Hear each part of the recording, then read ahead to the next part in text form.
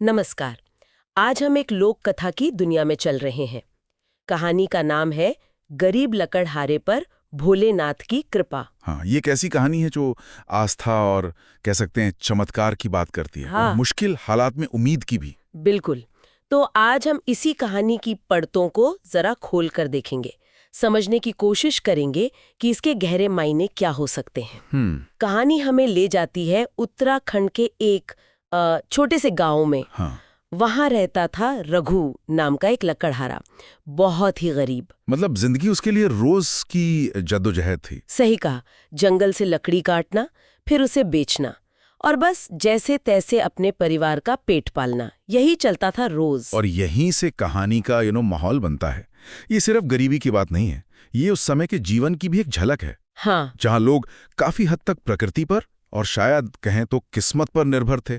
रघु का संघर्ष उस समाज की एक आम तस्वीर है। बिल्कुल। तो एक दिन क्या होता है, रघु जंगल में है, थका हुआ, भूखा भी है शायद, और लकड़ियां ढूंढ रहा है। लेकिन मिलती नहीं है। हाँ, कुछ नहीं मिलता उसे, बिल्कुल खाली हाथ। तो वो पूरी तरह निराश होकर, पास में एक पुराना सा शिव मंदिर था, वीरान जैसा, अच्छा। वहीं बैठ जाता है। और उसकी निराशा इतनी ज्यादा थी कि वो रोने लगता है। और वो रोना सिर्फ आंसू बहाना नहीं था। उसने अंदर से पुकारा भगवान शिव को। क्या कहा उसने? उसने कहा, हे भोलेनाथ, क्या मेरी जिंदगी बस ऐसे ही संघर्ष में ही कट जाएगी? क्या मुझ जैसे पापी पर आपकी दया कभी नहीं होगी? ओ, ये शब्द उसकी बेबसी दिखाते हैं, पर साथ ही कहीं ना कहीं एक गहरी आस्था भी। कि कोई है सुनने वाला। हाँ, ये सिर्फ शिकायत नहीं थी, एक तरह की पुकार थी, है ना? टूटे हुए दिल से निकली आवाज। बिल्कुल, जो अब भी उम्मीद लगाए बैठा था। और तभी, जैसा कि ऐसी कहानियों में अक्सर होता है, कुछ चमत्कारी हुआ। क्या हुआ? मंदिर की घंटियां वो अपने आप बजने लगी, अच्छा। खुद ब खुद। हाँ, और फिर एक तेज रोशनी फैली और कहते हैं कि भगवान शिव खुद उसके सामने प्रकट हो गए। साक्षात शिव? ये तो कमाल का दृश्य रहा होगा। हाँ, लेकिन उससे भी ज्यादा जरूरी शायद ये है कि शिवजी ने कहा क्या। हाँ, ये बात गौर करने वाली है। उन्होंने क्या कहा?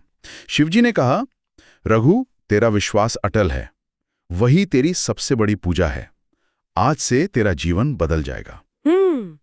तेरा विश्वास ही तेरी पूजा है। हाँ, यहाँ देखिए, उसकी गरीबी या उसने कितनी पूजा पाठ की वो नहीं, बल्कि उसका जो अटूट विश्वास था उसको महत्व दिया गया। सही बात है।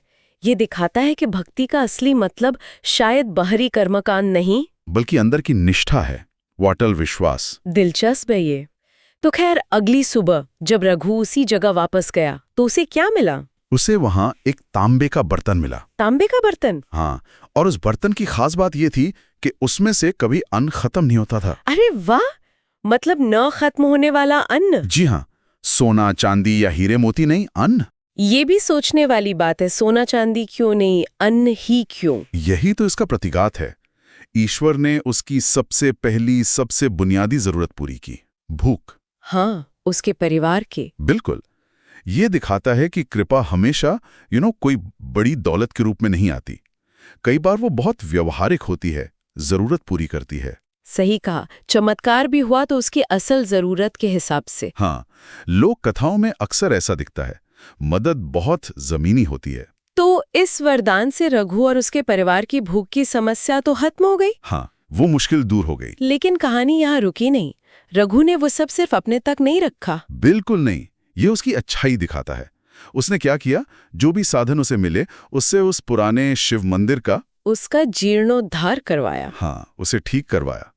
ये उसकी कृतज्ञता है, उसका धन्यवाद कहने का तरीका। और ये भी दिखाता है कि कैसे एक इंसान की अच्छी किस्मत या सौभाग्य पूरे समुदाय के काम आ सकता है। ठीक होना गांव के लिए भी अच्छा रहोगा। और रघु का अपना दर्जा भी बदल गया। हाँ, लोग उसे क्या कहने लगे? लोग उसे भगवान का भक्त कहकर बुलाने लगे। तो ये सिर्फ एक आर्थिक बदलाव नहीं था, समाज में उसकी इज्जत भी बढ़ी। तो अगर इस पूरी कहानी को देखें, इसका निचोड़ क्या है? क्या बस यही कि भाई मुश्किल में विश्वास रखो तो भगवान मदद करेंगे? ये कुछ ज्यादा सीधा नहीं लगता। हाँ, पहली नजर में तो यही लगता है, और ये अपने आप में एक मजबूत संदेश है। लेकिन अगर थोड़ा और सोचें, हाँ, तो ये कहानी अटूट विश्वास के साथ साथ धैर्य की भी बात करती है। रघु ने सालों तक मेहनत की थी सही। और वो एकदम चरम निराशा में पहुंच गया था। तब भी उसकी आस्था टूटी नहीं। उसका विश्वास कोई एक दिन की चीज नहीं था, वो उसके संघर्षों से तब कर निकला था। ये अच्छा पॉइंट है। साथ ही ये कहानी उस समय की सामाजिक और धार्मिक मान्यताओं को भी दिखाती है कि कैसे लोग दैवीय हस्तक्षेप को जीवन की मुश्किलों का एक संभावित हल मानते थे।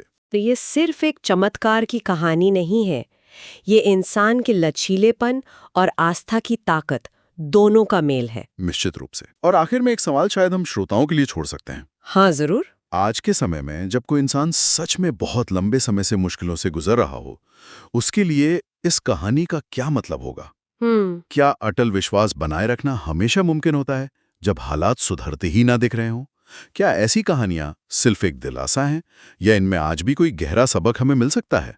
ये सोचने वाली बात है कि असल जिंदगी में आस्था और धैर्य की सीमाएं क्या हैं। बिल्कुल, इस पर विचार किया जा सकता है।